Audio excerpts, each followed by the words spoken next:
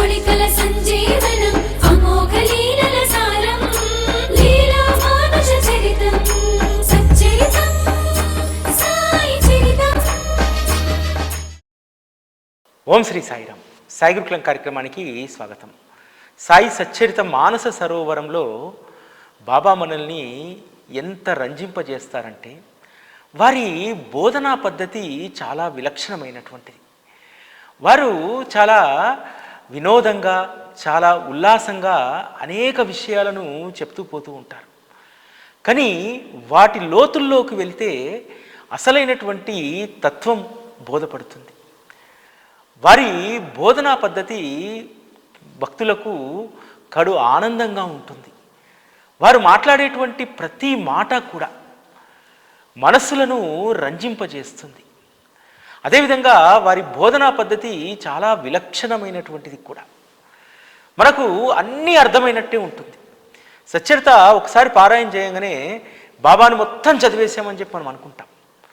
కానీ చదివినటువంటిది ఆవగింజ కంటే కూడా చాలా తక్కువ అనేటువంటిది మనకు భవిష్యత్తులో బోధపడుతుంది. ఎందుకు మొదటిసారి సచ్చరిత చదవగానే అంతా అర్థమైపోయిందన్నట్టు మనకు ఉంటుందంటే, బాబా భక్తుడి యొక్క పరిణితిని, భక్తుడి యొక్క గ్రహణ శక్తిని బట్టి వారికి వారి బోధలను అవగాహన చేస్తారు. మొదటిసారి సచ్చరిత చదివినప్పుడు మన పరిణితి ఎంత ఉందో అంత మాత్రమే దాన్ని అవగాహన చేయిస్తారు. ఆ తర్వాత సచ్చరితను పారాయణ చేస్తున్నా కొద్దీ, అధ్యయనం చేస్తున్నా కొద్దీ మన పరిణితి పెరిగినా కొద్దీ దానికి అనుగుణంగా అద్భుతమైనటువంటి అనుభవాన్ని బాబా ఇస్తారు. ఇదేమీ సచ్చరిత చేతవెన్న ముద్ద ఏమీ కాదు. ఇది ఒక అనంత జీవ ప్రవాహిని. ఈ జీవ ప్రవాహంలో ఎప్పుడూ కూడా కొత్త నీరు వస్తూనే ఉంటుంది. సచ్చరిత ఎప్పుడు మనం పారాయణ చేసినా సరే అది అందులోంచి నిత్య నూతనమైనటువంటి సాయి కృపామృతము అక్కడ జనిస్తూనే ఉంటుంది. ఎప్పుడూ కూడా అక్కడ ఊటకు లోటు ఉండదు. సాయి కృపామృత జరి ఆ ఊటగా ఎగిసి పడుతూనే ఉంటుంది. దాన్ని మనము ఆనందంగా ఆస్వాదిస్తూనే ఉంటాం. సచ్చరితకు ఉన్నటువంటి గొప్పతనం ఇదే. బాబా యొక్క బోధ మనకు చాలా తేలికగా అనిపిస్తుంది, కానీ దాన్ని ఆచరణలో పెట్టాలంటే చాలా కష్టం. అందుకనే బాబా యొక్క బోధనలు మొదటిసారి విన్నప్పుడు మనకు అవి మధురంగా అనిపిస్తాయి. కానీ వారు చెప్పినటువంటి దాన్ని ఆచరణలో పెట్టాలంటే కొంత కష్టంగానే ఉంటుంది. కొంత ఏమిటి, చాలా కష్టంగానే ఉంటుంది. చిన్న చిన్న విషయాలనే మనము ఆచరణలో పెట్టలేము. అందుకనే తన బోధన పట్ల మనకు ఆసక్తి, ప్రేమ కలగడానికి ఏం చేస్తారంటే బాబా ముందుగా అద్భుతమైనటువంటి అనుగ్రహం అనేటువంటి బెల్లాన్ని మనకిస్తాడు. అనుగ్రహం అనేటువంటి బెల్లం మనకు దొరికిన తర్వాత మనకు దొరికినటువంటి ఆ ప్రాపంచిక సౌకర్యము, ఆ ప్రాపంచిక కోరికతోటి మనము దాని పట్లనే ఎక్కువ మక్కువ కలిగి ఉంటాం. ఎప్పుడూ కూడా బెల్లాన్ని సేవించడానికే మన మనస్సు తహతహలాడుతుంది. బాబాను చేరినటువంటి వాళ్ళ మనసంతా కూడా అలానే ఉంటుంది కదా. ఎప్పుడు కూడా ఏదో ఒక లీల జరగాలి, ఎప్పుడు కూడా బాబా నుంచి ఏదో ఒకటి పొందాలి. కేవలం బెల్లం కోసం మాత్రమే మనం ఆశపడుతూ ఉంటాం.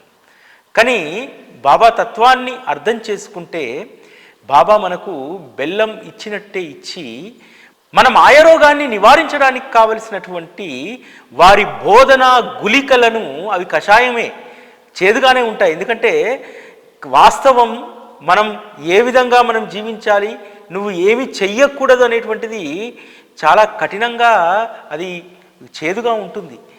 కానీ వాటినే బాబా మనల్ని సేవింపజేసి మనలో ఉన్నటువంటి మాయ రోగాలను దూరం చేస్తాడు. కాబట్టి బాబా దగ్గరికి వచ్చినటువంటి మనము అనుగ్రహం అనేటువంటి బెల్లాన్ని మాత్రమే సేవించడానికి సంసిద్ధులుగా ఉండకూడదు. బెల్లాన్ని సేవించిన తర్వాత ఖచ్చితంగా మనము బాబా బోధన గుళికలు అనేటువంటి ఆ ఔషధాన్ని కూడా సేవించి వాటిని ఆచరణలో పెట్టడానికి కావలసినటువంటి మన మాయ రోగాన్ని నిర్మూలన చేసుకోవాలి. అప్పుడు మాత్రమే బాబా తత్వం మనకు బోధపడుతుంది. ఈ 27వ అధ్యాయంలో తన భక్తుల చేత ఆధ్యాత్మిక గ్రంథాలు ఎందుకు బాబా పారాయణ చేయిస్తారు? దాని వెనకాల ఉన్నటువంటి అద్భుతమైనటువంటి విషయాలను హేమాడ్ పంత్ 27వ అధ్యాయంలో ప్రస్తావిస్తారు. ఎందుకంటే అనేక ఆధ్యాత్మిక గ్రంథాల యొక్క విలువ విశిష్టత తెలిస్తేనే భవిష్యత్తులో గురు కథాశ్రవణాన్ని చాలా సునాయాసంగా సేవించగలుగుతారనేటువంటిది బాబా విశ్వాసం. అందుకనే బాబా తన వద్దకు వచ్చినటువంటి భక్తులను గ్రంథ పఠనం వైపు మళ్లించేటువంటి వారు. అంతేకాదు బాబా దగ్గరికి వచ్చేటువంటి భక్తులు ఏం చేసేవారంటే వారు అనేక గ్రంథాలను వచ్చేటప్పుడు వారి వెంట తీసుకొచ్చుకొని కొత్త గ్రంథాలను అవి బాబా చేతికిచ్చి వారి కరస్పర్శ తగిలిన తర్వాత వాటిని ఇంటికి తీసుకెళ్లాలనేటువంటిది ఆనవాయితీ అక్కడ కొనసాగేది. అయితే కొంతమందికి ఆధ్యాత్మిక పరిణితి ఉండి ఆ ఆధ్యాత్మిక పరిణితికి సద్గురువు యొక్క కృప తోడు కావాలని ఆ గ్రంథం ఇంకా బాగా అర్థం కావాలని కొంతమంది గ్రంథాలను తీసుకొచ్చి బాబాకిస్తే వారు వాటిని స్పృశించి ఇచ్చేటువంటి వారు. కొంతమంది ఏం చేసేవారు, మనకు తెలుసు కదా, కాపీ క్యాట్స్ అంటారు. ఆ రోజు ఈరోజు ఉంటారు. వాళ్ళు ఏం చేసేవారు, ఫలానా ఆయన బాబా కరస్పర్శ తగిలినటువంటి భాగవతాన్ని తీసుకున్నాడు, నేను కూడా వారి కరస్పర్శ తగిలినటువంటి భాగవతాన్ని తీసుకోవాలని చెప్పి పట్టుకొని వచ్చేటువంటి వారు. అటువంటి వారి గుట్టు బాబాకు తెలియకుండా ఉంటుందా? ఆ ఆధ్యాత్మిక గ్రంథంలో ఎంత విలువైనటువంటి విషయాలు ఉన్నాయో అదేవిధంగా అది తీసుకొచ్చినటువంటి భక్తుడి యొక్క పరిణితి ఏంటి, వాడి పరిస్థితి ఏందనేటువంటిది బాబాకు తెలియకుండా ఉంటుందా? తెలుసు కదా. అటువంటి వాళ్ళు తీసుకొచ్చినప్పుడు ఏం చేసేవాడంటే బాబా దాన్ని అటు ఇటు తిప్పుతున్నప్పుడు ఆ తీసుకొచ్చిన వ్యక్తి ఆతృతగా ఎక్కడ చేతిలో పెడతాడని చెప్పి చేయి చేసి నిల్చుండేటువంటి వాడు. కానీ బాబా పక్కనే ఉన్నటువంటి మాధవరావు దేశపాండే శ్యామాకిచ్చి, శ్యామా ఇది మన పుస్తకాల వద్ద పెట్టేసేయి, మన ఖజానాలో పెట్టేసేయి, ఇది మనకు ఉపయోగపడుతుందని చెప్పి శ్యామాకి ఇచ్చేటువంటి వాడు. ఇట్లా అనేక గ్రంథాలు శ్యామాకి ఇచ్చారు. శ్యామ లాంటి భక్తుడి యొక్క పరిణితిని పెంచడానికి బాబా అవకాశం వచ్చినప్పుడల్లా సరే ఒక అద్భుతమైనటువంటి గ్రంథాన్ని ఇచ్చి దాన్ని పారాయణ చేయమనేటువంటి వాడు. శ్యామాకు భక్తులు తెచ్చినటువంటి అనేక గ్రంథాలను బాబా ఇచ్చినప్పటికీ కూడా బాబా 2 గ్రంథాలను పారాయణ చేయమని చెప్పి శ్యామాకు చెప్తాడు.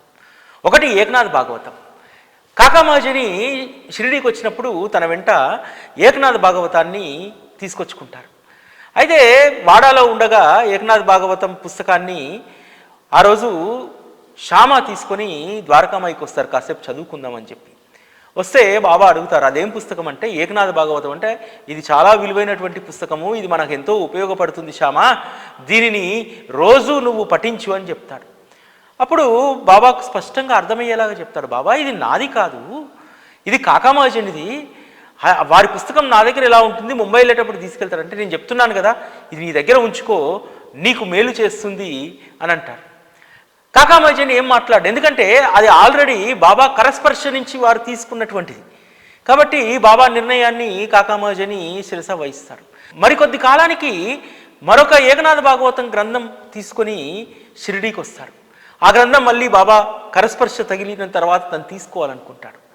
బాబా కూడా దాన్ని ఎంతో ప్రేమగా స్పృశించి కాకామాజనికి ఇస్తారు. ఇచ్చి ఒక మాట చెప్తారు, ఇది నిజంగా మన కార్యాన్ని సాధిస్తుంది, దీనిని ఎవ్వరికీ ఇవ్వకు అని ఎంతో ప్రేమగా చెప్పారు. కాక భక్తిగా బాబాకు వందనం చేసి, బాబా ఏ కోరికలు లేని నిష్కాములు కదా, వారు నిజంగా భక్తుల నుంచి ఎందుకు పుస్తకాలను ఆశిస్తారు? దానికి ఖచ్చితమైనటువంటి కారణం ఉంది. పల్లెటూరి వాడైనటువంటి శ్యామ తను సొంతంగా గ్రంథం పట్టణానికి వెళ్ళి కొనుక్కోలేడు. అందుకని నా గ్రంథాన్ని వారికి ఇప్పించి అంతకు మించినటువంటి వారి యొక్క నోటి నుండి జాలువారినటువంటి అనుగ్రహం, పాత గ్రంథం ఉంటే బాబా నాతో ఇంత అద్భుతమైనటువంటి అనుగ్రహ సంభాషణ చేసేటువంటి వారు కాదు. ఏమన్నారు, ఇది నిజంగా మన కార్యాన్ని సాధిస్తుంది, దీనిని ఎవ్వరికీ ఇవ్వకు అని చెప్పి ప్రేమగా అన్నారు. అంటే ఇది నేను ఇచ్చినటువంటిది శాశ్వతంగా నీ దగ్గర ఉండిపోతుంది అని చెప్పి చెప్పదలుచుకున్నారు.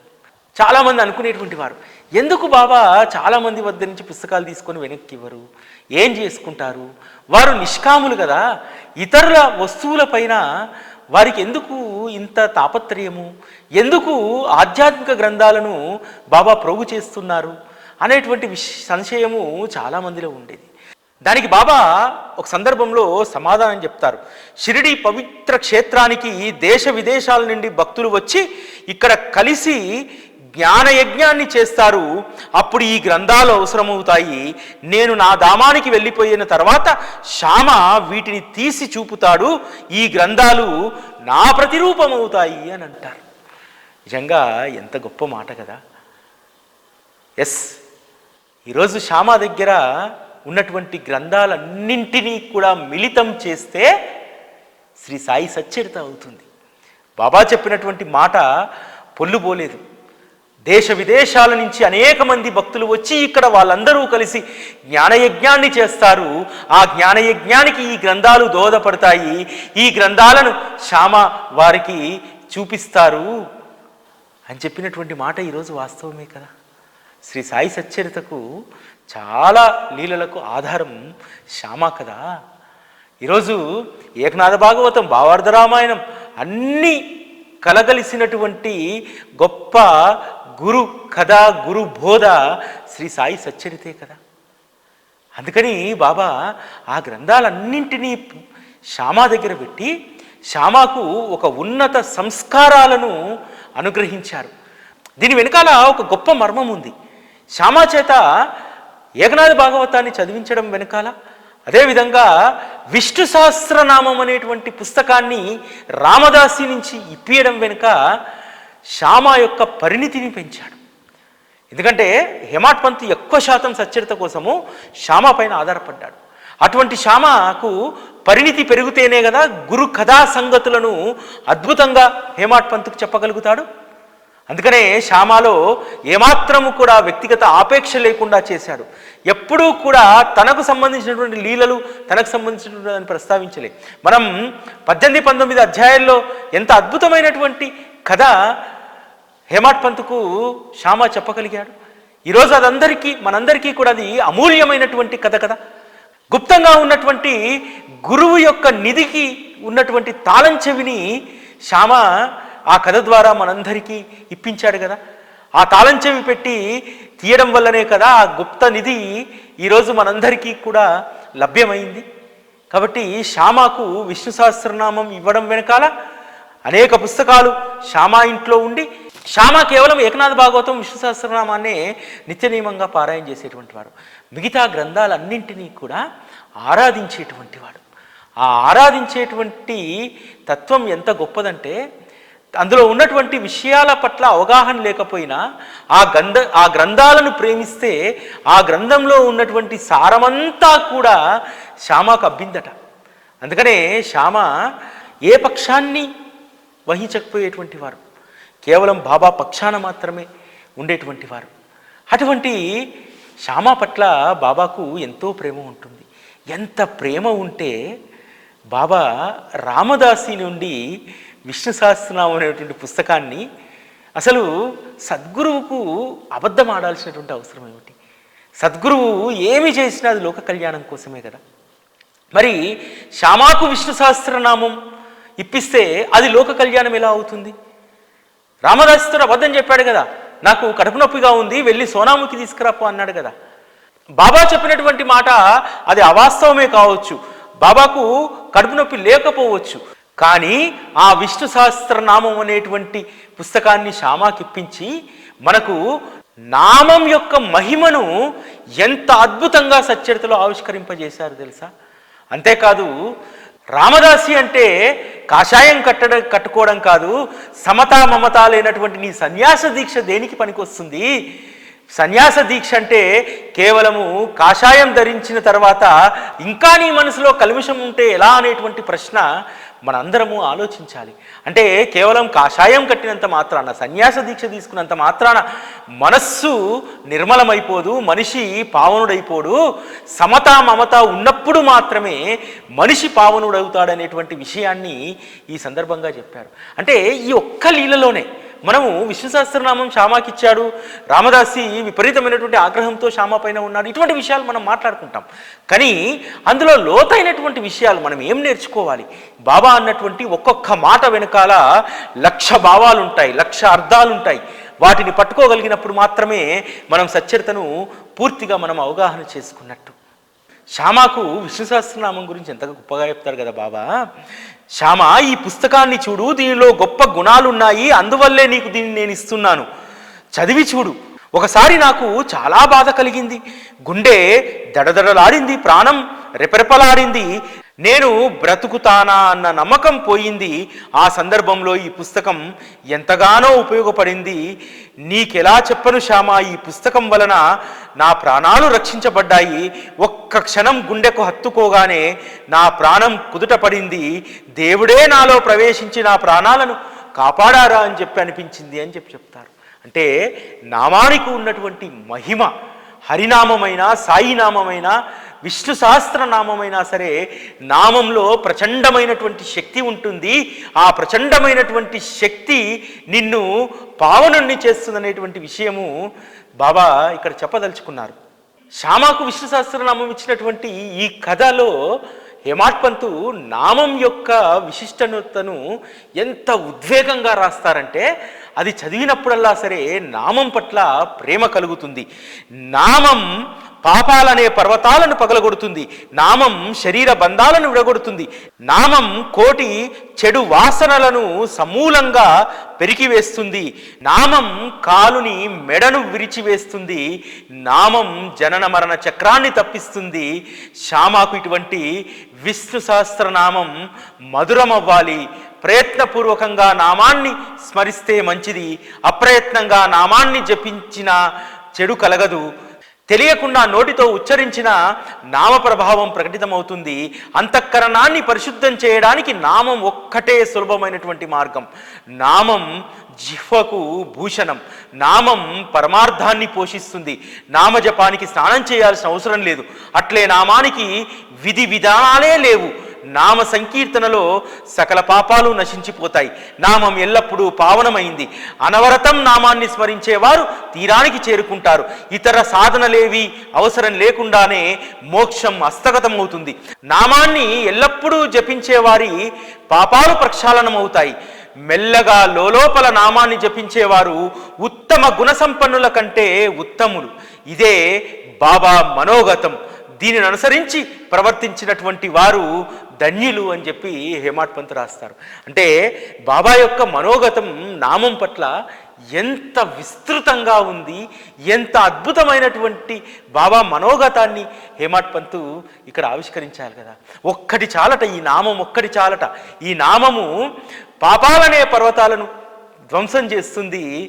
ఈ నామము ఎటువంటి విధి విధానాలు లేనటువంటి నామానికి స్నానం చేయాల్సిన అవసరం లేదు. నువ్వు ప్రయత్నంగా అప్రయత్నంగా ఏ విధంగా నామాన్ని స్మరించినా సరే మనము తీరానికి చేరుతామనేటువంటి సత్యాన్ని హేమాడ్ పంత్ ఎంత అద్భుతంగా ఆవిష్కరించారో చూడండి. అంటే బాబా అంతరంగంలో ఉన్నటువంటిది కేవలం అక్కడ కనిపించేటువంటి ఆ దృశ్యము విష్ణు సహస్రనామం ఇప్పించడము, మధ్యలో గొడవ జరగడము, రామదాసి వచ్చి ఈ శ్యామను అరవడము, బాబా సర్ది చెప్పడము, ఇదంతా కూడా ఆ సందర్భంలో బాబా ఎందుకు నామానికి ఇంత విశిష్టత ఇచ్చారు, నామం ఏం చేస్తుంది, నామాన్ని అంటిపెట్టుకున్నటువంటి వారు ఉత్తమంలోకెల్లా ఉత్తములని చెప్పి ఎంత అద్భుతమైనటువంటి మాట బాబా అంతరంగంలో ఉన్నటువంటి ఆ ఉవాచను ఎంత అద్భుతంగా హేమాడ్ పంత్ ఇక్కడ ఆవిష్కరించారు. నిజంగా మనందరం కూడా అదృష్టవంతులం. 27వ అధ్యాయాన్ని ప్రతిసారి చదివినప్పుడల్లా నామం మదిలో తాండవిస్తూ ఉంటుంది. నామం ఆనంద తాండవం చేయిస్తుంది నా యొక్క మనస్సును. అంత అద్భుతంగా 27వ అధ్యాయం ఉంటుంది. నామస్మరణ జిహ్వ పైన లేనటువంటి మానవుడు వారి జన్మ వృధా. నామాన్ని ప్రేమించినటువంటి మనిషి వారి దేహము వృధా. నామాన్ని స్మరించినటువంటి జ్ఞానము ఎందుకు పనికిరానటువంటిది. నామానికి ఉన్నటువంటిది ఇది. ఈరోజు బాబా ఇంత అద్భుతంగా సచ్చరిత అవగాహన చేయిస్తున్నాడంటే ఎప్పుడు ఆయన స్మరణలో ఆయన నామంలో ఉండడం వల్ల మాత్రమే ఇది నాకు సాధ్యమైంది. ఇది నేను సచ్చరిత ప్రమాణపూర్వకంగా నేను చెప్తున్నటువంటి మాట. ఆయన ఎప్పుడు ఆలోచించినా ఆయన మనసులోకి రావాలి. ఎప్పుడు మనం ఏ విషయం గురించి ఆలోచిస్తున్నా ఆ విషయంలో ఆయన దూరాలి. ఆయన్నే ఆ విషయాన్ని మనకు పరిష్కరించాలి. ఆ విషయానికి ఆయన్నే సమాధానం చెప్పాలి. ఇటువంటి స్థితి వచ్చినటువంటి వాళ్లకు నిజంగా ఆ ఆనంద తాండవానికి అసలు దాన్ని మనం అక్షరాల్లో కానీ మాటల్లో కానీ వర్ణించడానికి అసలు ఏది సరిపోదు, సమానమైనటువంటి లేదు. ఇంత గొప్పది నామం. బాబాకు తన భక్తుల పట్ల ఎంత ప్రేమంటే, సాత్వికమైనటువంటి గుణాలు ఉన్నటువంటి భక్తులంటే బాబాకు పంచప్రాణం. కపర్దే దంపతులు వచ్చి షిరిడీలో చాలా నెలల పాటు ఉండిపోయేటువంటి వారు. కపర్దే భార్య తను ఉంటున్నటువంటి బసలో బాబా కోసం వడియాలు, హల్వా, పప్పు, రోటీ ఇవన్నీ తీసుకొచ్చి బాబాకు నివేదన చేసేది. ఆమె తెచ్చినటువంటి రోజు బాబా ఆమె పళ్ళెం తప్ప ఇంకో పదార్థాన్ని ముట్టకపోయేటువంటి వారట. శ్యామ చాలా సందర్భాల్లో అనేటువంటి వారు, ఏం బాబా ఇంతమంది ఇన్ని రకాల భోజనం తెస్తే ఆమె భోజనాన్ని నువ్వు ఎందుకు స్వీకరిస్తున్నావు అని అడిగితే, లేదు శ్యామ, ఈవిడ చాలా రోజుల తర్వాత మళ్ళీ తారసపడ్డది. ఈవిడ పూర్వజన్మలో ఒక వ్యాపారి ఇంట్లో బాగా పాలిచ్చేటువంటి ఆవు, ఆ తర్వాత కనిపించకుండా పోయింది. ఆ తర్వాత ఒక మాలి వద్ద జన్మించింది. ఆ తర్వాత ఒక క్షత్రియుడి ఇంట్లో పుట్టింది. మరుజన్మలో ఒక వైశ్యునికి పత్ని అయ్యింది. తర్వాత బ్రాహ్మణ గర్భంలో జన్మించింది. మళ్ళీ ఇప్పుడు ఇలా కలిసింది. ఆ తల్లి పెట్టేది ప్రేమగా నన్ను తిననివ్వు అని మొదట చెప్పినటువంటి మాట ఏమిటి? ఒక వ్యాపారుడి ఇంట్లో బాగా పాలిచ్చేటువంటి ఆవు అంటే గోవు ఎంత పవిత్రమైనటువంటిది. ఈ తల్లి కూడా, లక్ష్మీ కపర్దే కూడా అంత పవిత్రమైనటువంటిది, అంత స్వచ్ఛమైనటువంటి తల్లి పెట్టినటువంటి భోజనం నేను చేయకపోతే ఎలా అని చెప్పి బాబా చెప్పడం జరిగింది. అందుకనే ఆవిడ సేవను, ఆవిడ యొక్క ప్రేమ గుణాన్ని మెచ్చి బాబా ఎవ్వరికీ నోరు తెరిచి ఏదీ చెప్పలేదు. రాజారాం రాజారాం అనేటువంటి మంత్రాన్ని నువ్వు జపించమ్మా, నీకు మంచి జరుగుతుందండి. ఆవిడ చివరి క్షణం వరకు కూడా లక్ష్మీ కపర్దే జిహ్వ పైన రాజారాం రాజారాం, సాయిరాం సాయిరాం, రాజారాం రాజారాం, సాయిరాం సాయిరాం అనేటువంటి మంత్రం. ఆమె కేవలం రాజారాం అనేటువంటి ఒక్క మంత్రాన్ని జపించలేదు.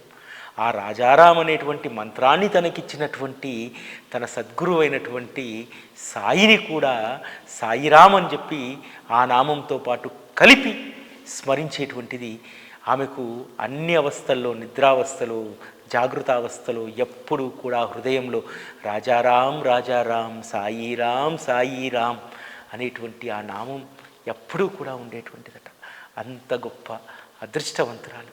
ఇక కపర్దే గురించి మనం చెప్పుకోవాలి. అటువంటి భక్తుడు మనకు ఎక్కడా కూడా కనిపించడు. కపర్దే మామూలు వ్యక్తి కాదు. విద్యారణ్య స్వామి రాసినటువంటి పంచదశిని వ్యాఖ్యానించగలిగినటువంటి సమర్థుడు. జాతీయోద్యమంలో ఎంతోమంది యోధులను తన ప్రసంగాల ద్వారా తయారు చేసినటువంటి మహా మేధావి. అటువంటి మేధావి ద్వారకామాయికొచ్చి మూగబోయాడు. నోటి నుండి ఒక్క మాట కూడా వచ్చేటువంటిది కాదు. ఎందుకంటే బాబాను సాక్షాత్తు పరబ్రహ్మగా భావించాడు. బాబా ముందు నోటి నుండి ఒక్క మాట కూడా మాట్లాడకపోయేటువంటి వారు. అంతే కదా, శబ్ద బ్రహ్మ, శుద్ధ బ్రహ్మ ముందు మౌనంగా ఉండాల్సిందే కదా. మౌనమే వారి ఆరాధన. ఆ మౌనంతోనే శుద్ధ పరబ్రహ్మ అయినటువంటి శ్రీ సాయి భగవానుణ్ణి కపర్దే ఆరాధించేటువంటి వాడు. కాబట్టి ఆ రోజు బాబాను చేరినటువంటి భక్తుల జీవితాల్లో నుంచి మనం నేర్చుకోవాల్సింది చాలా ఉంది. ఈరోజు మనం బాబాను సరిగ్గా అర్థం చేసుకోలేము. బాబా తత్వం పట్ల మిడిమిడి జ్ఞానం ఉంటుంది. అయినా సరే బాబా ఎదురుగా వెళ్ళి ధైర్యంగా మనకు తోచింది మాట్లాడతాం, తోచింది అడిగేస్తాం, మనకు తోచిందే కావాలని అంటాం. కాబట్టి ఒక్కసారి బాబా ముందు వెళ్ళి మాట్లాడే ముందు, ఆయనకి ఏదైనా చెప్పే ముందు కపర్దేని ఒకసారి గుర్తు తెచ్చుకోండి. పంచదశిని వ్యాఖ్యానించగలిగినటువంటి గొప్ప పండితుడు, దేశ జాతీయోద్యమానికి దిక్సూచి అయినటువంటి మేధావి, ఆయన్నే మూగబోయి ద్వారకామయిలో కూర్చున్నాడే. మనం ఎంత ఒక్కసారి బాబా రూపాన్ని చూసిన తర్వాత తన భక్తుడి మనస్సు తనను దర్శించకుండా ఆగదు, తనని చేరుకోకుండా ఆ దేహం అస్సలు నిలిచిపోదు అనేటువంటి విషయాలను 28వ అధ్యాయంలో అద్భుతంగా పొందుపరిచారు శ్రీ హేమాడ్ పంత్. లాలా లక్ష్మీచంద్ ర్యాలీ సోదరుల వద్ద ఆఫీస్లో గుమాస్తాగా పనిచేస్తున్నాడు. ఒకరోజు క్రిస్మస్ రోజు తనకు స్వప్నంలో ఒక గడ్డం పెరిగినటువంటి సాధువు ఒక కఫ్నీని ధరించి దర్శనమిస్తాడు. దాన్ని అక్కడితో వదిలేస్తాడు. కానీ తర్వాత దత్తాత్రేయ మంజునాథ్ అనేటువంటి వారి ఇంట్లో దాస్కన్ మహారాజ్ గారి యొక్క కీర్తన జరుగుతుంది. ఆ కీర్తనలో దాస్కన్ మహారాజు బాబా చిత్రపటాన్ని పెట్టారు. అక్కడికి వెళ్ళగానే లాలా లక్ష్మీచంద్ దృష్టి ఆ చిత్రపటం పైన పడింది. అరే, స్వప్నంలో నాకు క్రిస్మస్ రోజు కనిపించినటువంటి ఈయనే క్రిస్మస్ తాత అనుకున్నాను. అరే, ఈయన ఇంత సత్పురుషుల దాస్కన్ మహారాజ్ లాంటి వారు ఇంత గొప్పగా ఆయన గురించి చెప్తున్నారు. ఆయన ఎట్లానైనా దర్శించుకోవాలి.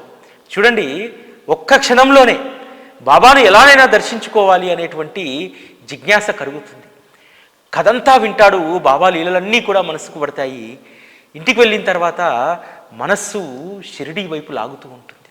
అంతలోనే ఒక స్నేహితుడు వచ్చి తలుపు తడతాడు. నేను షిరిడీ వెళ్తున్నాను, నువ్వు వస్తావా అని అడుగుతాడు. అరే, ఇంత గొప్ప అవకాశాన్ని ఎలా వదులుకోవాలి? కానీ డబ్బులు లేవు చేతిలో, ఎలా వెళ్ళాలి? వెంటనే తన సోదరుడి యొక్క ఇంటికి వెళ్ళి తలుపు తట్టి 15 రూపాయలు అప్పుగా తీసుకుంటాడు. తీసుకొని షిరిడీకి బయలుదేరుతాడు. వెళ్ళేటప్పుడు రైల్లో అందరూ కూడా భజన చేస్తూ ఉంటారు. భజన చేస్తూ ఉంటే వాళ్ళందరినీ అడుగుతాడు, మీరు షిరిడీకి ఎన్నోసార్లు వెళ్ళారు, ఏం అనుభవం జరిగింది మీకు, బాబా యొక్క మహత్త ఏమిటి అని చెప్పి అనుకొని రైల్లో ప్రయాణం చేస్తున్నప్పుడు అనుకుంటాడు, బాబాకు మంచి మేలిమి జామపళ్ళని తీసుకెళ్ళాలి అని అనుకుంటాడు. కానీ రైలు దిగిన తర్వాత షిరిడీకి వెళ్ళాలి, బాబాని చూడాలనేటువంటి ఆ తపనే తప్ప జామపళ్ళ విషయం మర్చిపోయాడు. మర్చిపోతే బాబా ఊరుకుంటాడా? బండికి ఎదురుగా ఒక జామపండ్ల గంప పెట్టుకొని వచ్చి జామపండ్లు ఆవిడ తారసపడగానే అప్పుడు గుర్తొస్తుంది, అరే రే జామపండ్లు కొనాలని చెప్పి బండి టాంగా ఆపిచ్చి మేలి జామపండ్లను ఏరుకొని కొంటాడు. ఇవి షిరిడీలో బాబాకు ఇవ్వాలని చెప్పి లక్ష్మీచంద్ చెప్పగానే ఇగో ఇవి కూడా తీసుకెళ్ళిపోండి అని చెప్పి ఆ బుట్టలో ఉన్నటువంటి పండ్లన్నీ కూడా లక్ష్మీచంద్కి ఇస్తుంది. అవి తీసుకొచ్చి బాబా చరణాల వద్ద పెట్టి బాబా దర్శనంతో సంతుష్టుడవుతాడు. బాబా అప్పుడు అంటాడు, వెధవ, దారిలో భజన చేస్తావు, మరో మనిషిని అడుగుతావు, అంతా మన కళ్ళతో చూడాలి కానీ రెండో వ్యక్తిని అడగడం ఎందుకు? నీ కళాబద్ధమా? అది నిజమే కదా, ఆలోచించుకో. మార్వాడి దగ్గర అప్పు తీసుకొని దర్శనానికి రావాల్సిన అవసరం ఏముంది? ఇప్పుడు నీ కోరిక తీరిందా అన్న మాటలు లాలా లక్ష్మీచంద్ను నివ్వెరపోయేలా చేశాయి. అంటే తను పడ్డటువంటి తపన, తనకు తొలి దర్శనం ఏ విధంగా జరిగింది, తను ఎవరి దగ్గర అప్పు తెచ్చుకున్నాడు, ఎంత అప్పు తెచ్చుకున్నాడు, వచ్చేటప్పుడు రైల్లో ఎవరిని అడిగాడు, ఇవన్నీ కూడా బాబా గ్రహించేశారు. బాబా సర్వంతర్యామి, నేను గొప్ప పరమాత్మను చేరానని చెప్పి లాలా లక్ష్మీచంద్కు ఎంత ప్రేమ పుడుతుందంటే, బాబా దగ్గుతుంటే బాబాకు దిష్టి తగిలింది, ఈరోజు దిష్టి తీయాలి అంటే ఇక్కడ ఎంత బాండింగో చూడండి. ఎవరైనా సరే దగ్గుతుంటేనో లేకపోతే నీరసంగా ఉంటేనో ఎంత ప్రేమ ఉంటే వాళ్ళ గురించి మనం ఆలోచించి, అరే రే దిష్టి తగిలింది, నాకు ఇలా అయిపోయాడండి, తలనొస్తుందా కాళ్ళను వస్తుందా అని అంటారు. అంటే లక్ష్మీచంద్కు కూడా వచ్చినటువంటి 2 రోజులకే బాబా వారి నోటి గుండా వచ్చినటువంటి ఆ మాటలను విన్న తర్వాత, తన గురించి చెప్పిన తర్వాత ఎంత బాండింగ్ వచ్చిందో చూడండి. బాబాకు దిష్టి తగిలింది, దిష్టి దోషాన్ని తీసేయాలి బాబాకు అంటే బాబా అంటాడు, నాకు ఏ దిష్టి తగలలేదు, ఏ దృష్టి దోషం నన్ను అంటదు అని చెప్పి లాలా లక్ష్మీచంద్ చెప్తాడు. అట్లా ఒక బాండింగ్ను బాబా తన భక్తులతో ఏర్పాటు చేసుకుంటాడు. బాబా వద్దకు వచ్చినటువంటి భక్తులందరూ కూడా గొప్ప రుణానుబంధం చేత వచ్చారు. మేఘ ఎక్కడివాడు, ఎవరివాడు? ఎక్కడో సాటే దగ్గర వంట పనివాడిగా పనిచేసేటువంటి వాడు. తనకు ఒక శివాలయం ఉండే సాటే పూణేలో. ఆ శివాలయంలో పూజ చేయడానికి ఓ సంధ్యావందనము, శివపంచాక్షరి నేర్పించి అక్కడ పనిలో పెట్టుకుంటాడు తన సొంత శివాలయానికి. మేఘ యొక్క అమాయకమైనటువంటి భక్తి సాటేను బాగా కట్టిపడేస్తుంది. ఈ అమాయకమైనటువంటి భక్తుడు బాబా చరణాల వద్దకు చేరితే వాడి జన్మ ధన్యమవుతుంది, ఇంత అమాయకులను కేవలం బాబా మాత్రమే తీరం చేర్చగలుగుతాడనేటువంటి విశ్వాసంతో బాబా దగ్గరికి వెళ్ళమంటాడు. కానీ మేఘా మొదట బాబా ముస్లిం అనేటువంటి భావంతో షిరిడీకి రావడంతో బాబా ఈ జాతి బ్రాహ్మణుని తన్ని తరమేయండి అంటాడు. కానీ వెళ్ళి నాసిక్లో ఉన్న తర్వాత నాసిక్లో జబ్బు పడతాడు. బాబాను చూడాలనేటువంటి తపన పెరిగిపోతుంది. నేను తప్పు చేశానేమనేటువంటి అపరాధన భావనతోటి మళ్ళీ షిరిడీకి వస్తాడు. వచ్చినటువంటి మేఘాను బాబా ఎంతో ప్రేమగా చేరదీస్తాడు. చేరదీసి షిరిడీలో ఉన్నటువంటి గ్రామదేవత ఆలయాల్లో దీపధూప నైవేద్యాలు పెట్టేటువంటి బాధ్యతను అప్పగిస్తాడు. అంతేకాదు తాత్యా సాహెబ్ నూల్కర్ మరణం తర్వాత మేఘాకు హారతి చేసేటువంటి అదృష్టాన్ని ఇస్తాడు. మేఘుడు తన శివుడికి ఏ విధంగా అయితే నాగసాధువులు హారతిస్తారో ఒంటి కాలు పైన, అట్లా బాబాకు ఒంటి కాలు పైన హారతి ఇచ్చేటువంటి వాడు. అంత భక్తి ప్రేమలు బాబా పట్ల ఉండేటివి. మరి అటువంటి భక్తి ప్రేమలకు బాబా గొప్ప అనుగ్రహాన్ని బహుమతిని ఇవ్వకుండా ఉంటారా? శంకరుడి పైన ఉన్నటువంటి భక్తిని స్థిరపరచడానికి బాబా మేగుడి గదిలోకి స్వయంగా వెళ్ళి మేగుడికి లేపి త్రిశీలం గుయ్యమని చెప్పి అక్షంతలు చల్లి వచ్చి ఒక పూణే నుంచి ఒక వ్యాపారి శివలింగాన్ని తెస్తే అది మేఘాకి ఇప్పించి మేఘా తనివి తీరా దాన్ని కొలుసుకున్న తర్వాత మేఘా మరణం తర్వాత దానిని గురుస్థాన్లో ప్రతిష్ఠింపజేశారు కదా. బాబా సశరీరానికి ఎవ్వరూ కూడా అభిషేకం చేయలేదు. ఒక్క మేగుడికి మాత్రమే ఆ అభిషేకం చేసేటువంటి అదృష్టం దక్కింది. మకర సంక్రాంతి రోజు మేగుడు చేసినటువంటి అభిషేకం ఇప్పటికీ మనం తలుచుకుంటే మనస్సు పులకరించిపోతుంది. ఈరోజు షిరిడీతో పాటు అన్ని మందిరాల్లో బాబాకు మంగళ స్నానం చేయిస్తాం, అభిషేకం చేయిస్తాం, రకరకాల ద్రవ్యాలతోటి మనం ప్రేమపూర్వకంగా అభిషేకాలు చేస్తాం.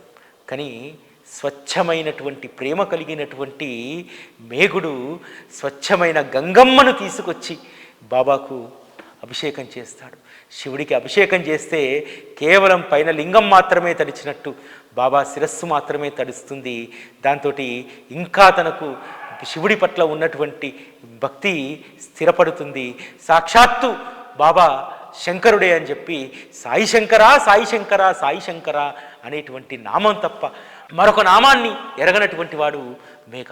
ఈ విధంగా తన వద్దకు వచ్చినటువంటి భక్తులందరి జీవితాలను కూడా చరితార్థం చేశారు శ్రీ సాయి భగవానులు. భక్తుల ప్రేమ కోసం తప్పించేటువంటి బాబా తన వద్దకు వచ్చినటువంటి భక్తుడి యొక్క మానసిక వైకల్యాన్ని, వారి యొక్క ఆలోచన వైకల్యాన్ని అన్నింటినీ కూడా బాబా తుడిచివేస్తారు. అందుకు నిదర్శనమే 29వ అధ్యాయం. ఈ 29వ అధ్యాయంలో ఉన్నటువంటి మద్రాస్ భజన మండలి యజమానికి ఇచ్చినటువంటి శిక్షణ ఎంత గొప్పది కదా. బాబా ఉదార స్వభావులు. వారు డబ్బిచ్చే విషయంలో కావచ్చు, అనుగ్రహం ఇచ్చేటువంటి విషయంలో కావచ్చు, భక్తుల్ని ప్రేమించేటువంటి విషయంలో కావచ్చు, వారంత ఉదార స్వభావులు మరొకరు ఉండరు. బాబా దగ్గరికి ప్రతిరోజు ఉదయము జమిలి అనేటువంటి ఒక చిన్న పాప వచ్చేది. తల్లి ఒక డబ్బా ఇచ్చి పంపించేది, బాబా దగ్గర రూపాయి ఎడకరాపు అని చెప్పి. బాబా ఏం చేసేవాడు, చిన్న పిల్ల కదా, తొడపైన కూర్చుని పెట్టుకొని దాని బుగ్గలు నిమురుతూ పొట్ట ఒత్తుతూ దాన్ని ముద్దు చేస్తుండేటువంటి వాడు. కానీ దాని దృష్టి అంతా కూడా బాబాకు అఫ్రీ జేబు మిన్నే. ఎప్పుడు రూపాయి ఇస్తాడా బాబా అని చెప్పి. కొద్దిసేపు అయిన తర్వాత అది మారం చేసేది, నా రూపాయి నాకు ఇచ్చే, నేను వెళ్ళిపోతాను, నా రూపాయి నాకు ఇచ్చే అని చెప్పి. అది బాబాతో ఆడుకుంటున్నా సరే తల్లి పక్క నుంచి సైగ చేసేది, బాబాను తొందరగా డబ్బులు అడుగు తీసుకురా అని చెప్పి.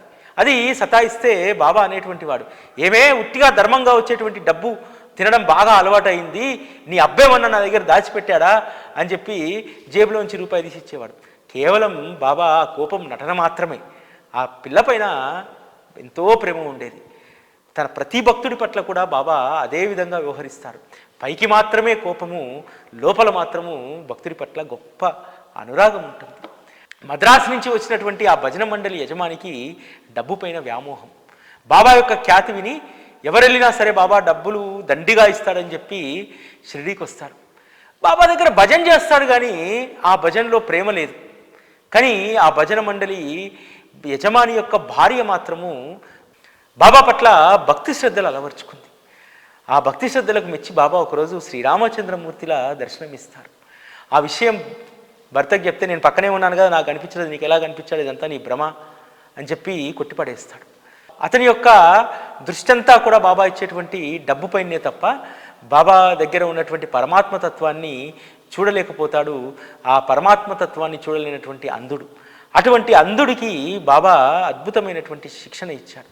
ఒకరోజు స్వప్నంలో పోలీసుల వద్ద బందీ అయి ఉంటాడు ఈ భజన మండలి యజమాని. తను చేయనటువంటి నేరానికి ఇక్కడ నన్ను బంధించారు అని చెప్పి బాబాను ప్రాధేయపడితే బాబా ప్రత్యక్షమవుతారు. ప్రత్యక్షమై బాబాను వేడుకుంటాడు, బాబా ఎలాగైనా సరే ఈ సంకట స్థితి నుంచి నువ్వే నన్ను బయటపడేయాలంటే ఒకసారి కళ్ళు మూసుకో అంటాడు. కళ్ళు తెరిచేసరికి పోలీసులందరూ కూడా రక్తపు మడుగులో ఉంటారు. ఇప్పుడు బాగైందా, ఇప్పుడు ఈ నేరం నువ్వే చేసావని చెప్పి నిన్నే శిక్షిస్తారు, నువ్వు జైల్లోకి వెళ్తావు, నీకు శిక్ష పడుతుంది అని అంటాడు. బాబా నిన్ను ఆశ్రయించిన తర్వాత కూడా నేను శిక్షకు గురైతే ఎలా అంటే, మరి ఈ భక్తి భావన మరి ముందు లేదేంది అంటే, ముందు కేవలం డబ్బు పైన ఆశ్రయం ఉండేది, కానీ ఇప్పుడు మీరు తప్ప నన్ను ఎవరు రక్షించలేరనేటువంటి అన్యోన్య శరణాగతి నా మనసులో నుంచి ఉద్భవించిందని అంటాడు. బాబా అడుగుతాడు, ఎందుకని అని అడుగుతాడు. మీరు ఒక ముసల్మాన్ కదా, ముసల్మాన్ను ఆరాధించడం అనేటువంటిది నా మనస్సు అంగీకరించలేదంటారు. బాబా అప్పుడు చెప్తాడు, మీ ఇంట్లో ఉన్నటువంటి పంజా, ఆ కబ్డీ అనేటువంటి ఆ దేవత, ముస్లిం దేవత, వారు ముస్లిం తెగకు చెందినటువంటి వారే కదా, మరి వారిని ఎందుకు నువ్వు ఆరాధిస్తున్నావు అంటారు. అప్పుడు తన జ్ఞానోదయం అవుతుంది. బాబా, నేను నా తప్పు తెలుసుకున్నాను, సర్వస్వ శరణాగతి మీకు చేస్తున్నానని చెప్పి అనగానే స్వప్నం ముగుస్తుంది. ఆ తర్వాత బాబాయే పరమాత్మ అని చెప్పి విశ్వసించి బాబాకు నమస్కరించి తీర్థయాత్రలకు బయలుదేరుతారు. వారు వెళ్ళినటువంటి చోటల్లా కూడా, వారు భజన చేసినటువంటి చోట కనకవర్షం కురుస్తుంది. బాగా ఆదాయాన్ని సమకూర్చుకుంటాడు, మంచి స్థితివంతుడై జీవిస్తాడు. బాబా వద్దకు వచ్చినటువంటి వారికి అనుగ్రహం దొరకదు అనేటువంటిది ఉండదు. వాడు నెగిటివ్ దృక్పథంతో వచ్చినా, పాజిటివ్ దృక్పథంతో వచ్చినా, నెగిటివ్ దృక్పథంతో వచ్చినటువంటి వారిని పాజిటివ్ దృక్పథంలోకి తీసుకొచ్చి భక్తిని పెంపొందిస్తాడు. పాజిటివ్ దృక్పథంతో వెళ్ళినటువంటి వాళ్లకు అనన్య శరణాగతిని ప్రాప్తింపజేసి తను తప్ప మరి ఇంకెవరూ లేనటువంటి స్థితికి బాబా తీసుకెళ్తాడు. ఎవరికైనా సరే బాబా యొక్క కృప, వారి యొక్క ప్రాప్తం అనేటువంటిది షరతులు లేకుండా లభిస్తుంది. ఏమాత్రం విశ్వాసం లేనటువంటి భజన మండలి యజమానికి అంత కృప చూపెడితే, తనే సర్వస్వంగా తనతో సమానమైనటువంటి వారు మరెవరూ లేరని భావించేటువంటి భక్తుల కుటుంబాల విషయంలో బాబా ఎంత శ్రద్ధ వహిస్తారనడానికి సావిత్రిబాయి టెండూల్కర్ కుటుంబం ఒక నిదర్శనం కదా. 29వ అధ్యాయంలో ఆ కుటుంబం యొక్క ప్రస్తావన ఉంటుంది కదా.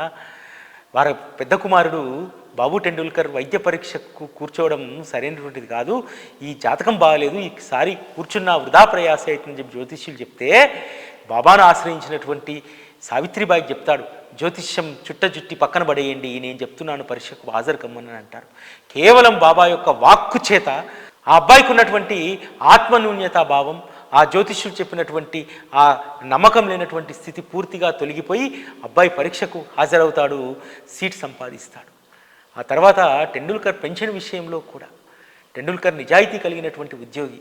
అటువంటి ఉద్యోగి అనారోగ్యంతో ఉంటే కంపెనీ 2 నెలలు 3 నెలల పాటు పనిచేయకపోయినా జీతం ఇచ్చింది. కానీ అలా తీసుకోవడం సరైనటువంటిది కాదని, ఎందుకంటే భగవంతుడి యొక్క సహచర్యంలో ఉన్నటువంటి వారికి ఉదారంగా వచ్చేటువంటి తీసుకోవాలనేటువంటి బుద్ధి ఉండదు. అందుకనే తను స్వచ్ఛంద పదవి విరమణ చేయాలి, వచ్చేటువంటి పెన్షన్తో బతికేద్దామని చెప్పి అనుకుంటారు. 150 రూపాయల జీతం 75 రూపాయలు వస్తుందిలే అని అనుకుంటాడు. కానీ బాబా అనుగ్రహంతో పెన్షను అసలు అప్పటి వరకు ఎవరికీ కూడా సెటిల్ చేయని విధంగా 110 రూపాయలు సెటిల్ చేస్తారు.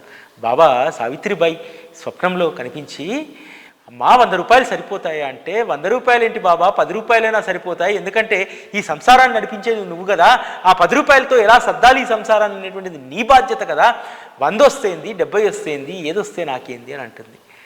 బాబా 100 ఇప్పిస్తానన్నాడు స్వప్నంలో, కానీ అందుకు 10 రూపాయలు ఎక్కువగా వేసి 110 రూపాయలు పెన్షన్ సెటిల్ చేస్తాడు. ఎప్పుడూ కూడా బాబా ధ్యాసలో ఉండేటువంటి వారికి బాబా అనునిత్యము స్ఫురణకు వస్తారు. వారిని రంజింపజేయడానికి అప్పుడప్పుడు స్వప్న దర్శనాలు ఇస్తూ ఉంటారు. కెప్టెన్ హాటే ఒకసారి తను తోటలో విహరిస్తూ ఉండగా స్వప్నంలో బాబా కనిపించి, ఏమి నన్ను మరిచితివా అంటాడు. అందుకు హాటే అన్నటువంటి మాట, బాబా తల్లిని ఎవరైనా బిడ్డ మర్చిపోతుందా, బిడ్డకు మరుపు ఉండదు, తల్లిపైనే ప్రేమ అని చెప్పి అని అంటాడు. ఆ తర్వాత బాబాకు చిక్కుడుగాయలతో భోజనం పెట్టినట్టు స్వప్నంలో ఉంటుంది. వెంటనే తన మిత్రుడికి, ముంబైలో ఉన్నటువంటి మిత్రుడికి లేఖ రాసి డబ్బు పంపి బాబాకు చిక్కుళ్ళు వండి పెట్టమంటారు. ఆ రోజు బాబా ముందు అనేక పదార్థాలు ఉన్నా సరే ఆ చిక్కుళ్ళనే బాబా స్వీకరిస్తాడు. ఆ విషయం తెలిసినటువంటి హాటే సంతోషిస్తాడు. మరొక సందర్భంలో ఒక నాణ్యాన్ని తన మిత్రుడికి ఇచ్చి పంపించి బాబా కరస్పర్శ తగిలినటువంటి ఆ నాణ్యాన్ని తీసుకోవాలనుకుంటాడు. ఆ తర్వాత బాబా ఆ నాణ్యాన్ని స్పృశించి బాగా పరిశీలించి మళ్ళీ ఆ వ్యక్తికి ఇచ్చి, ఈ కాయిన్ యజమాని ఎవరో, ఈ నాణ్యపు యజమాని ఎవరో అతనికి ఇచ్చి అంటాడు. అది తెచ్చి ఇవ్వగానే హాటే ఎంతో సంతోషపడతాడు. బాబా యొక్క పని ఏంటంటే మనల్ని ఎప్పుడూ కూడా రంజింపజేయడం, మనల్ని ఎప్పుడూ కూడా ఆనందంలో ముంచెత్తడం. ఆయన ఎప్పుడు ఇదే పనిలో ఉంటాడు. కానీ మనమే ఆనందం అనేటువంటి సాగరంలో నుంచి పక్కన ఉన్నటువంటి బురద కుంట వైపు వెళ్తూ ఉంటాం. మనము ఈ ఆనంద సాగరంలో హాయిగా ఉండలేక ఏదో కష్టాన్ని కొని తెచ్చుకోవాలని చెప్పి బురద వైపు వెళ్తూ ఉంటాం. అటువైపు వెళ్లకుండా ఎప్పుడు సాయి అనేటువంటి ఆనంద సాగరంలో ఉంటే మన జన్మ ధన్యమవుతుంది. ఎప్పుడు సాయి సాంగత్యం మనకు లభిస్తుంది. ఇది ఈరోజు కార్యక్రమం. మళ్ళీ రేపటి కార్యక్రమంలో కలుసుకుందాం. అప్పటి వరకు సెలవు. నమస్కారం. అక్షర గుళికల సంజీవనం అమోఘ లీలల